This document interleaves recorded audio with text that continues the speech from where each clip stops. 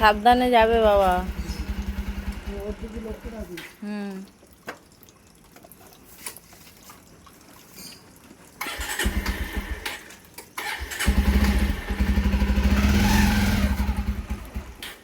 ভালো করে ধরে বসো, ভালো করে ধরে বসো ওর।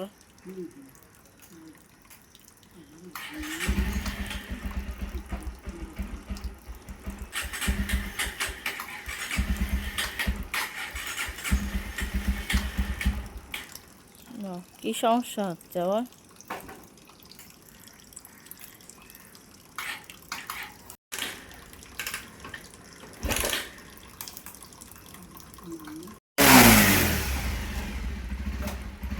আস্তে আস্তে যাবে।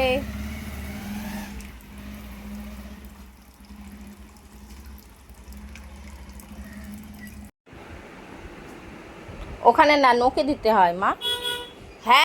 হাই ফ্রেন্ড, চলে এসেছি নতুন একটা ব্লগ নিয়ে। তোমরা দেখলে তো, বাবা আজকে সকাল সকাল 5:30 দিকে, 5:30টার দিকে চলে গেল বাড়িতে। ছোট্ট দিয়ে এসছে ট্রেনে তুলে। তারপরে বাড়ি এসে ও আবার খাওয়া দাওয়া করে চলে গেল কাজে। আজকে মনটা ভীষণ খারাপ, একদম ভালো লাগছে না। তাই ভাবলাম সব কিছু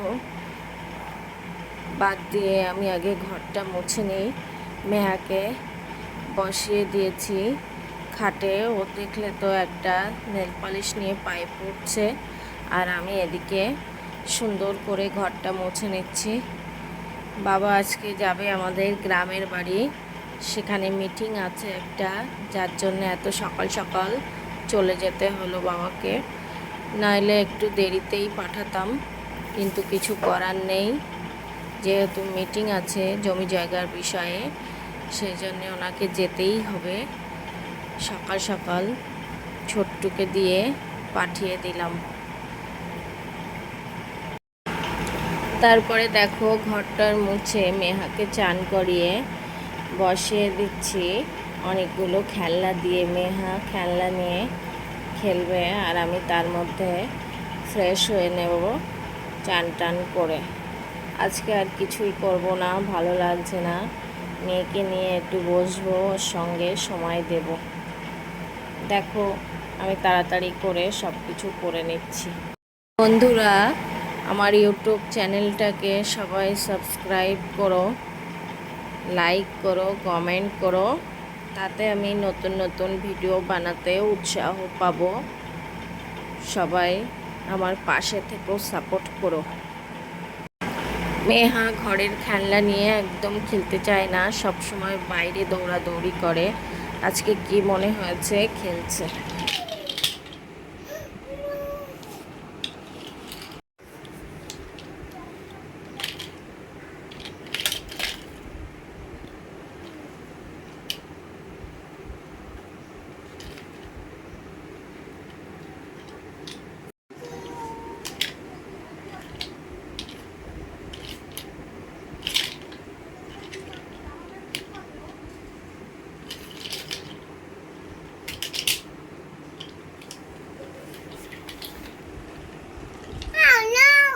এই তো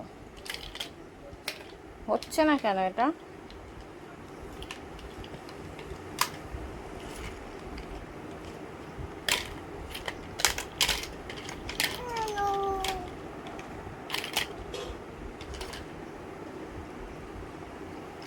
পাপার কাছ থেকে ঠিক করতে হবে। মানু লাইটটা দে তো মা। পাখি লাইটটা জ্বালা, লাইটটা দিয়ে আয়।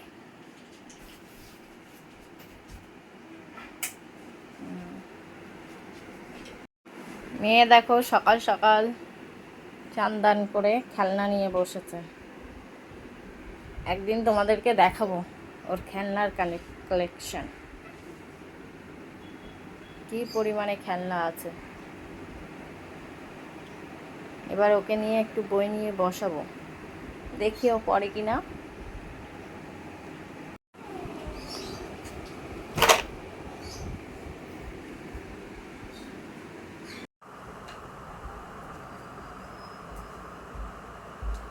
চলে এসো, বই পড়বা।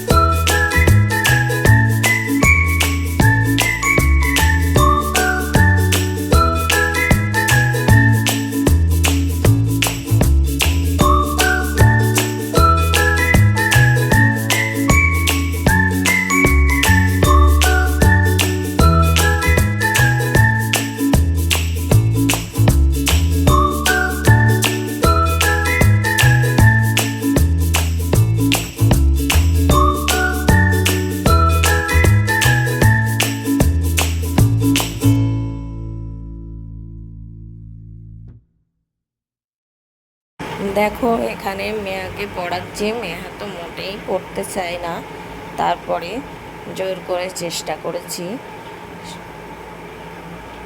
একটু একটু পড়লো আর খেলা করলো, খেলার মধ্যে দিয়েই ওকে পড়ানোর চেষ্টা করলাম। আর মোটে দাঁড়াতে চাইছে না, দেখো লাইট অফ করছে অন করছে। আমি বললাম ঠিক আছে, তোর আর পড়তে হবে না, যা খেলা কর।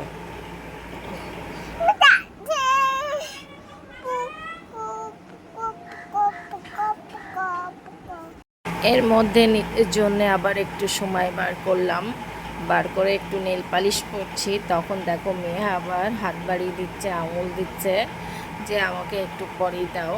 চেষ্টা করি যতটা সম্ভব ওকে এসব না দেওয়ার, কিন্তু আমি যেই মাত্র পরবো ও চলে আসবে নেল পালিশ পরার জন্যে। তাই দেখো অল্প অল্প করে পরেই দিলাম।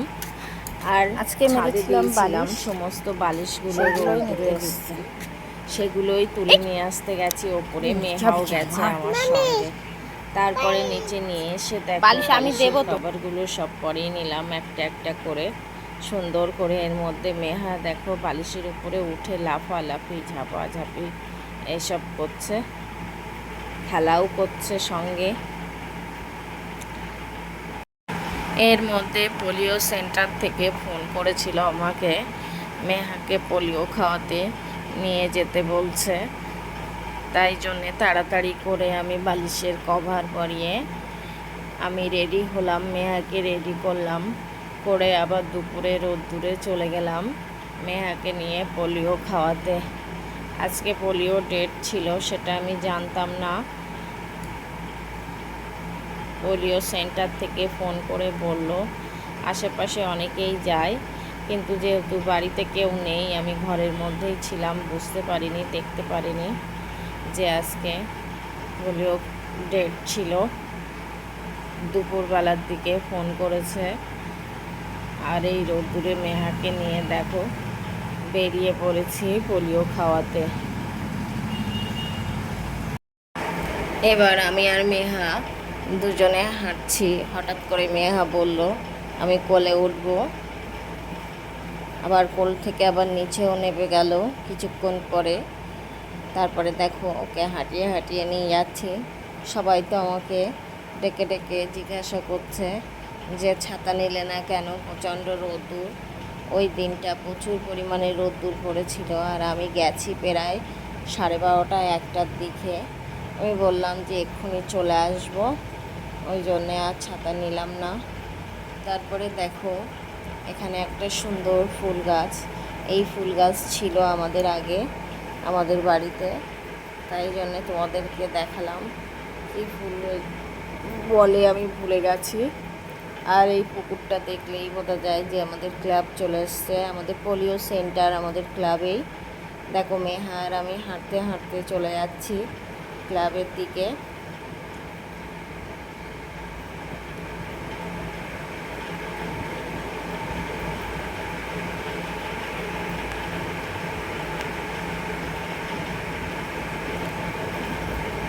এখানে আমাদের মন্দিরটা ছোট ছিল, এখন ভেঙে আবার নতুন করে তৈরি হচ্ছে, সেটারই কাজ হচ্ছে। ভিতরে আর একটা আছে বড় মন্দির, সেখানেই পোলিও দিচ্ছে। দেখো দিদিরা সবাই বসে আছে পোলিও দেওয়ার জন্যে। আর এখানে মন্দিরের সমস্ত কাজ হচ্ছে, হয়তো পুজোর আগে কমপ্লিট হয়ে যাবে, কেননা এখানে আমাদের দুর্গা পুজো হয়। এপাশে দেখো শিব ঠাকুর, কালী ঠাকুর আর শীতলা মায়ের মূর্তিগুলো এখানে রাখা আছে। তারপরে মেহার পোলিও খাওয়া হয়ে গেছে, এবার আবার হাঁটতে হাঁটতে বাড়ির দিকে চললাম মেহা আর আমি। তারপরে কিছুক্ষণ পরে মেহা আবার কোলে উঠে পড়েছে, বলছে আর হাঁটবে না। মেহাকে নিয়ে কোলে করে চলে আসলাম বাড়িতে। এসেই ঘুমিয়ে পড়েছি। ঘুম থেকে উঠে আজকে যেহেতু মেহা বিকালে বার হয়নি, তাই জন্য ওকে সন্ধেবেলায় একটু বার করলাম। ও খেলা করছে, আমিও ওর সঙ্গে একটু হাঁটাহাঁটি করে নিলাম।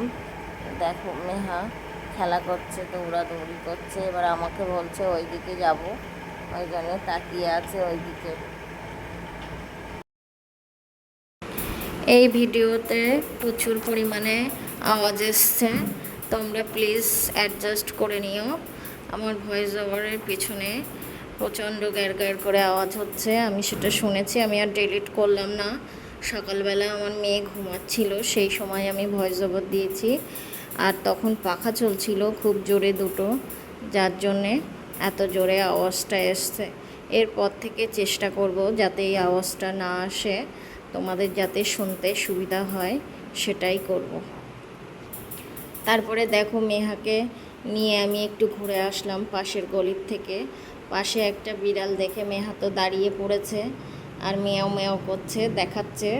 সামনেও ও চলে গেছে দৌড়িয়ে বিড়ালটা দেখে। তারপরে দেখো সেই জায়গায় চলে আসছে ওর ফেভারিট প্লেস। এখানে এসে ও একটু স্লিপ চড়ে নিল। তারপরে হাত ধরে ওকে নিয়ে আমি এক পাক ঘুরে বাড়িতে চলে এসেছি। পাশের বাড়িতেও বিড়াল আছে, সেটাই দেখছিল। ও এই বিড়ালগুলোর সঙ্গে প্রচুর খেলা করে। বিড়াল দেখলেই বাড়ি থেকে দৌড়ে চলে আসে এখানে। ওর বাবার মতো ও খুব পছন্দ করে বিড়াল কুকুর। মেহার একটু ঘোরা হয়ে গেলেই ওকে নিয়ে বাড়ি যাব। তারপরে ওর বাবা বলেছে আজকে রান্না করতে ডিমের ঝোল, ডিমের পোচ করে আলু দিয়ে ঝোল করতে বলেছে, সেটাই বাড়ি গিয়ে করব। দেখো মেহাকে খেলা করিয়ে নিচ্ছি, এরপর বাড়ি গিয়ে করব রান্না। আমিই বললাম আজকে আর মাছ টাছ খাবো না, আজকে ডিম রান্না করব। ওর বাবা আবার ডিম সেদ্ধ করে ঝোলটা পছন্দ করে না খুব একটা, তাই জন্যে আজকে রান্না করব ডিম পোচ করে ডিমের কারি, ডিমের ঝোল যেটাকে বলে সেটাই। বাবা আজকে সকালে চলে গেল, ওই জন্যে রান্নার আর কোনো তাড়া নেই, আস্তে আস্তে করব একটু পরেই। ওর বাবা তো আসে 12টা 1টার দিকে, তাই জন্যে তার আগে মেয়েকে একটু সময় দিইনি, যাতে ওরও মন ভালো লাগে। একা একা থাকে বাড়ি, ওরও ভালো লাগে না সব সময়, ওই জন্যে ছটপট ছটপট করে বাইরে বেরোনোর জন্যে, খেলা করার জন্যে। আমি যতটা সম্ভব চেষ্টা করি ওকে নিয়ে ঘোরার, ওর একটু ভালো রাখার, আনন্দে রাখার। বাচ্চা মানুষ সব সময় থাকতে পারে না ঘরে, তার জন্যেই বাইরে বাইরে নিয়ে আসি।